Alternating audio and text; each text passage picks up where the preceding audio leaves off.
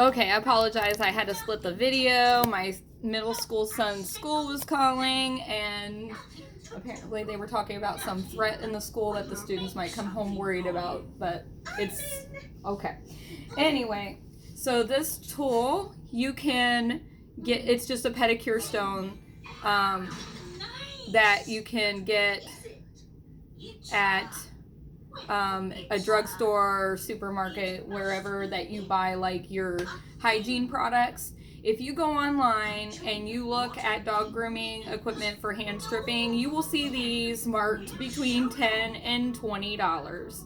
You do not need to get one that is meant for hand stripping purposes. It works just the same. And underneath all this grit comes off. And then there's just this plastic piece, and when you get down to that, you throw it away. So I just buy this like package of pedicure tools that I can get for like $10 that has like 14 different tools in it. And so then like I can get this stone in there, I can get this stone in there, plus nail clippers and all kinds of neat things in there.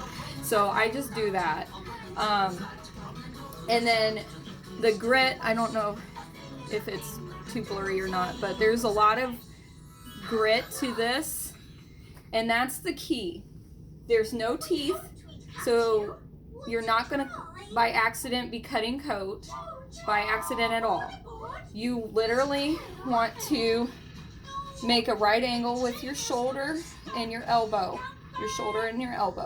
and you want to lean in towards your dog with your fingers out here, and your thumb is going to press here, and you're going to grab the stone and the hair and pull, and it should be a smooth motion. You're going to lean towards the dog and use your body and pull back. If you're doing this, you're going to get carpal tunnel. It's going to wear your forearm. I know, Ferguson. You're such a good boy. If you use your whole motion like this, moving back, leaning in and moving back and forth, you are not going to strain your forearm and your wrist. The most important thing, no matter what work you do, is your wrist and your forearm, because you always are wearing it out no matter what work, whether you're typing all day or you're handling tools of any kind. For a groomer, we're handling clippers, scissors, everything, and it's all repetitive motion. So you have to find ways around the repetitive motion to keep your arms safe, because all you have is the set of arms you're born with. Anyway, so I'm going to try to get up here on top of it. Hi, Ferguson. And see if I can aim it on here. So I'm going to take this tool, and I'm right-handed, so I'm holding it with my right hand. Once you've trapped the hair with your your two fingers, once you've gripped it against the stone, like pick up a section of hair. I cannot get this aimed right.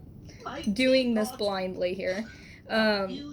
Grab it with the stone, and you're going to pinch it between the thumb and the tool, and you're just going to literally pull. And losing the camera here. Okay. Try this out again here. I am so going to have to edit this. Okay. Find the camera. Alright, so it's hard to see, but I have a whole bunch of hairs that I just pulled out. The idea is not to pull so much of a chunk at once, like all in one spot, that you're going to make the dog bald. The idea is to pull about 30 to 50% of the hair at a time. And I don't know if you can see that or not. I know my light on my table is probably a little... But he, just in that little bit, is moving. The other thing that you want to do when you're pulling is you want to move in a straight line. If I use clippers, I literally take the clippers and I do one steady line all the way from here down the dog's back. in a straight line, just like I'm vacuuming. You don't want to be moving all over the dog in random spots because you'll lose where you're at, and then you might take out too much hair somewhere else. You might leave too much hair. But if you literally go in a line and pull down the dog's back and then move over and go down the next line, you're not going to skip. The other thing, it's going to make it a lot more comfortable for your dog and easier for dogs that aren't used to it, is you want to take your spare hand that you're not stripping with and you kind of want to pull up a little bit. Dogs have this like skin that's movable, you know. Get a hold of the skin just like if you were grabbing your hair to brush it out, and you want to pull, just gently kind of straighten out the skin so that there's less give, because the more the skin back here is bouncing around while you're pulling, the more uncomfortable it is for them. The more that you kind of have it pull just a little bit onto, then it's not making his skin like bounce around while you're pulling. Now, how do you know when you're done? Well, the way that you know you're done is, I love you too, buddy. You want to pull between a percentage. So say the first time that you're getting started, if your dog is a puppy and he's not used to it being done, I would say start with about 10%. After you've done your brushing, your combing, and everything, you're going to work on the hair dirty. Do not wash your dog before, because it softens the coat. Even if you... Not right now. My son likes to help. So if you wash the coat, most products that are for washing hair, even for dogs, have moisturizers in them that make the dog's coat soft. You want this to be as dry and brittle as it can be when you pull, because it's going to pull faster. It's going to pull gentler on their skin. If you get moisturizer in there, some breeds like Sealyham Terriers, it will not pull. It will literally be rooted like it is not going to come loose at all. And it's going to be a pain in your rear for a while. You want to completely have hand stripped every hair you're going to hand strip before you bathe this dog. If you're bathing him after you hand strip him, you can brush him out after, but you'll notice that his hair is not going to be harsh. You put the chalk in to dry out the coat, and I also like to wash that chalk out regularly too. So if I have a dog that I have a pair of Sealyham Terriers that I hand strip weekly, I go out and I alternate dogs. One Saturday I do the female, and the next Saturday I do the male. And I just go back and forth and I hand strip them. Every 6 weeks they get a bath on the day that they get groomed as well. And so that's kind of the gist of that. I do their nails regularly when I can tell that they need it when it's like that. But for me, I have dogs that get hand stripped weekly. I have dogs that get hand stripped every couple of weeks. And then I have ones like Ferguson here, who their coat can last pretty well. The owner likes to do upkeep in between and regularly cares for him. And so I can groom him every 6 weeks, do a full hand strip, and bathe him for her, and she does the in-between plucking that is necessary, or brush outs that are necessary to keep his coat nice. So it just depends on how much care a client is going to do, how often, and the coat type that it is. A border terrier, some people say border terriers can wait and blow their coat up to 3 to 6 months out. I used to have a client with a Norwich, and she was sweetest sweet could be, but this client refuses to bring the dog to me except for once a year, and she wants me to literally pluck every hair on the dog off all at once. Literally every hair. Leave nothing. The problem with doing that is A, the dog's not going to look very nice, but B, when a dog grows hair, they're growing 3 hairs at the same time. There is a hair that's brand new, and a hair that is dead, and a hair that is in between. You're interrupting. Can I? You can brush him now, yes, gently. There's a hair that's in between the dead and the new that is in there. So you have to pull just the dead ones. Now, the other part of this is that when you're pulling on a dog like Killy, you're literally, like, if you pull the ends of your hair up, if, say, this was your dog's hair, which I know is not really an accurate depiction of a dog's hair, but say this is the tip of your hairs, when you hand strip, you're going to grab it, just the ends. You're not going to grab down here at the skin. You're going to grab at the edge of the hair where it's sparse and the dead hairs are longer and they're hanging off or they're ready to shed out, and you're going to pull there. And that's going to literally only pull that dead hair out. And it's going to leave behind the new layer of hair that's freshly growing. And it's going to leave behind the layer that's not dead yet. So your dog is not going to look bald then. Whereas if you pull that new layer that's freshly growing, it's still rooted, it's still alive, it's fresh, and it's growing. And that would hurt. We've all plucked our eyebrows at one time or another, whether we continue doing it or not, and it hurts because those eyebrows aren't dead. Those eyebrows are rooted in there. You do not want your dog to feel that. You want your dog to lose just the coat that's shedding out. It's literally a simple difference between de-shedding a dog with a tool for de-shedding on like a lab coat to now you're pulling dead hair that's top coat. That's literally the difference. So I hope that helps.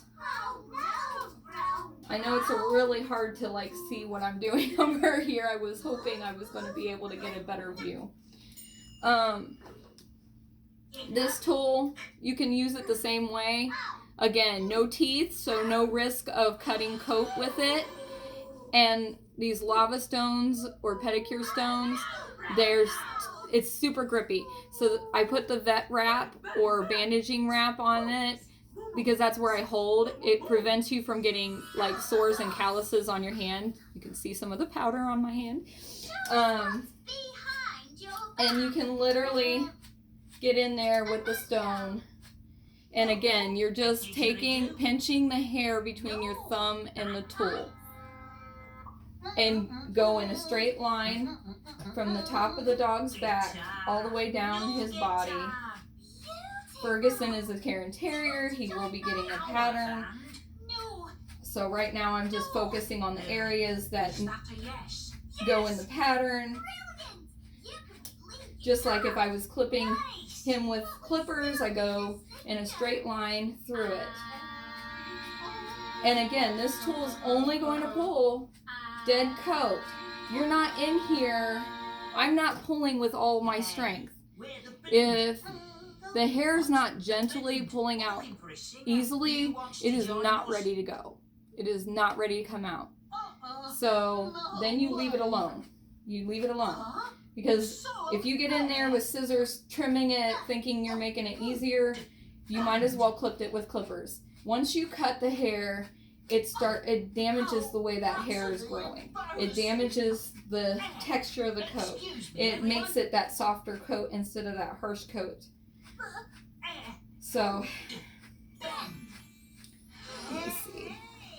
And then, I told you I was going to start with this one, and I didn't. I started with the pedicure stones because I didn't want to forget to show them to you.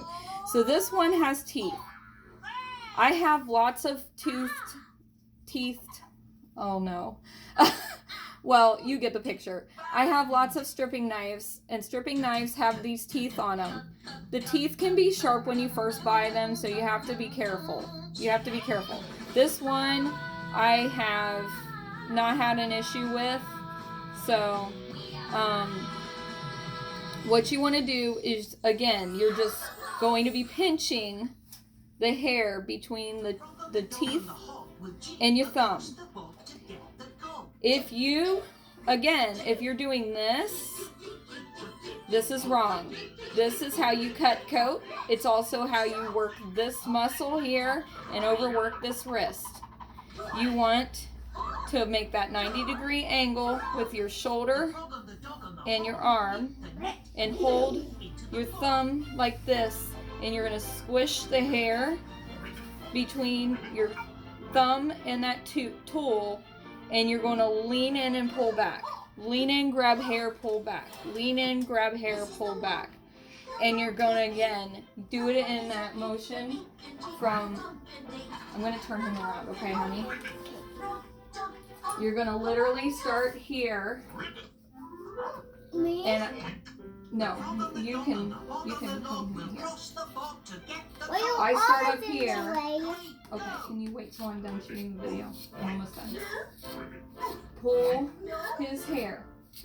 Another reason that you do this straight line motion is because you want your dog's hair to lay right, and you're teaching the hair the way that you want it to lay by pulling it the direction you want it to grow. You cannot pull backwards, or the hair is gonna stand the other way when it grows in. By doing this, you're encouraging. Stop. By doing this, you're encouraging the hair to grow in this way. And I can tell you right now, like, that's just a small portion. He is like so ready to give hair. That's how you know when your dog's coat is really ready to grow hair. People that hand strip their dogs at home for show and stuff, they literally pluck hairs daily. They'll pluck like whatever comes off the neck, the body, the rear end, all the areas that are supposed to be short, almost daily pluck whatever they can get off their dog to keep them tidy and in good order. As a pet dog, I would say if you're doing this on a pet dog every 3 to 6 weeks, you should be more than fine. With Killy's hair, you may only have to do it once every, 3 months, because he has a different kind of hair.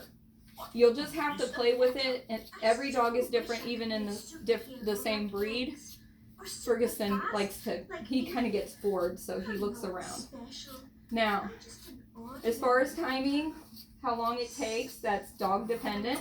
Again, you never know see how much is there.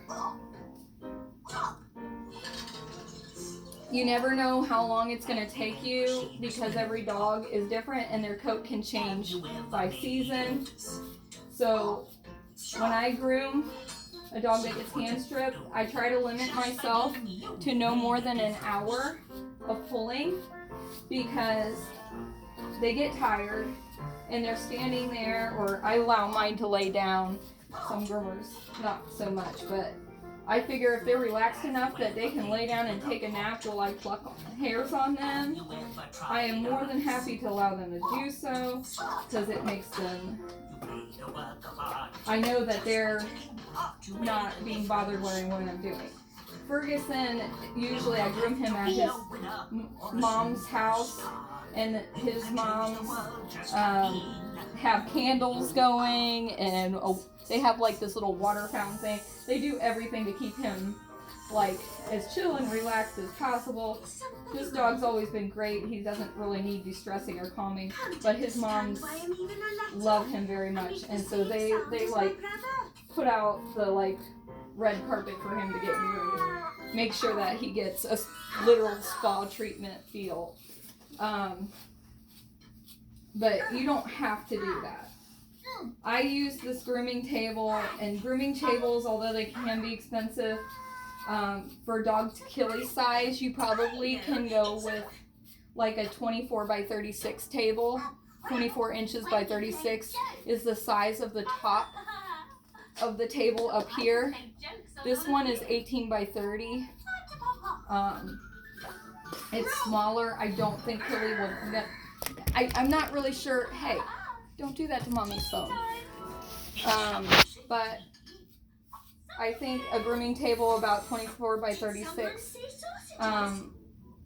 should fit him. And then I actually sit on a stool. I have this fold-up stool over here that I bought that I usually sit to groom with because I get tired. But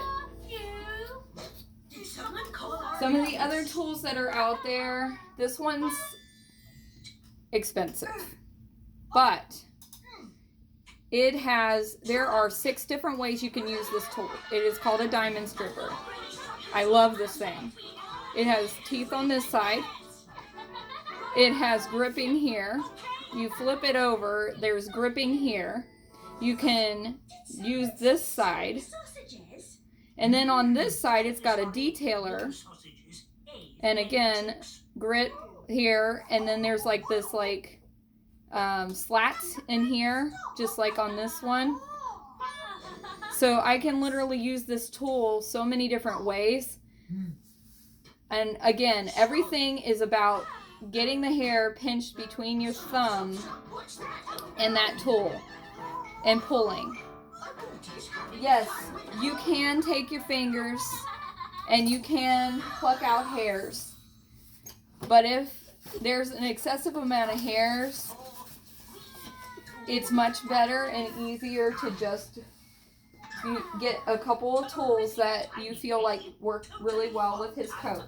They do make, don't laugh, they're called finger condoms, but you can get them probably, I know you can order them on that Christies.com site that I told you about.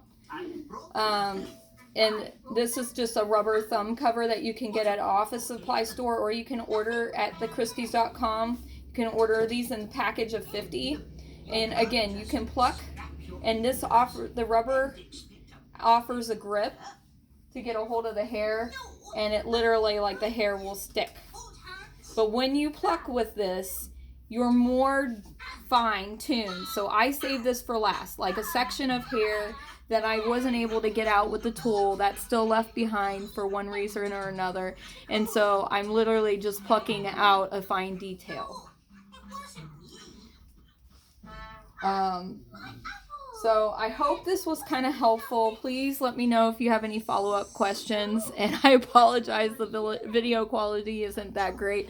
I don't regularly shoot videos on my cell phone, but that's kind of what I've got. But I hope this helped. So just let me know if there's anything else I can do to help you out.